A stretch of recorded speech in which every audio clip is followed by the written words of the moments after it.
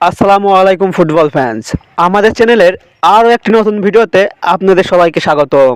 গত 7 জুন নিজেদের সর্বশেষ প্রীতি ম্যাচটিতে হন্ডুরাসের বিপক্ষে মাঠে নামে বর্তমান বিশ্ব চ্যাম্পিয়ন আর্জেন্টিনা।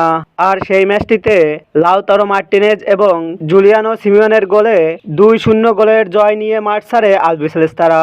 হন্ডুরাসের সঙ্গে ম্যাচটির পর এবার আরও একটি ম্যাচ খেলতে মাঠে নামছে কোচ লিওনেল স্কালোনির শিষ্যরা।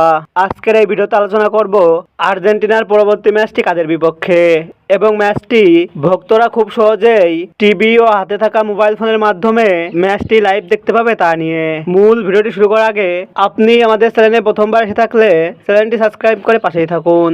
2026 বিশ্বকাপের আগে নিজেদের শেষবারের মতো প্রস্তুত করতে আইসল্যান্ডের বিপক্ষে একটি প্রীতি ম্যাচ খেলতে মাঠে নামবে আর্জেন্টিনা, যেখানে 2022 কাতার বিশ্বকাপের ফাইনালে ফ্রান্সের বিপক্ষে জয়ের পর এই প্রথমবারের মতো ইউরোপের কোনো দেশের বিপক্ষে মাঠে নামতে যাচ্ছে 3বারের বিশ্ব চ্যাম্পিয়ন আর্জেন্টিনা।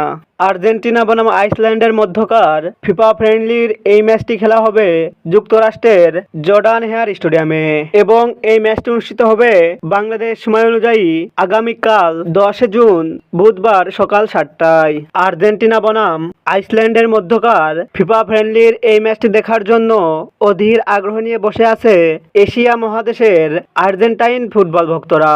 তবে সেসব ভক্তদের জন্য নেই খুব একটা স্বস্তির খবর, কেননা আর্জেন্টিনা বনাম আইসল্যান্ডের মধ্যকার অনুষ্ঠিত হতে দেওয়া এই ম্যাচটি সরাসরি সম্প্রচার করবে না এশিয়া মহাদেশের কোনো টিভি চ্যানেলে। তাই ভক্তদের হাতে থাকা মোবাইল ফোনের মাধ্যমে এই ম্যাচটি উপভোগ করতে হলে গুগল বা ক্রোম থেকে স্ক্রিনে দেখানো অ্যাপসগুলো থেকে যে কোনো একটি অ্যাপস ডাউনলোড করে নিলে ম্যাচটি লাইভ দেখতে পাবে।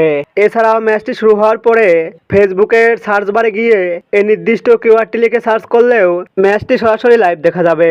ইনজুরি কাটিয়ে এই ম্যাচটিতে কিছু সময়ের জন্য মাঠে নামতে পারেন লিওনেল মেসি এবং জুলিয়ান আলভারেজরা। দীর্ঘদিন পর ইউরোপীয় কোনো দলের বিপক্ষে এই ম্যাচটিতে কেমন করবে আর্জেন্টিনা? আপনার মূল্যবান মতামতটি কমেন্ট বক্সে কমেন্ট করে জানান। ফুটবলের সকল নিউজ ও আপডেট পেতে আমাদের চ্যানেলটি সাবস্ক্রাইব করে পাশেই থাকুন। ধন্যবাদ সবাইকে।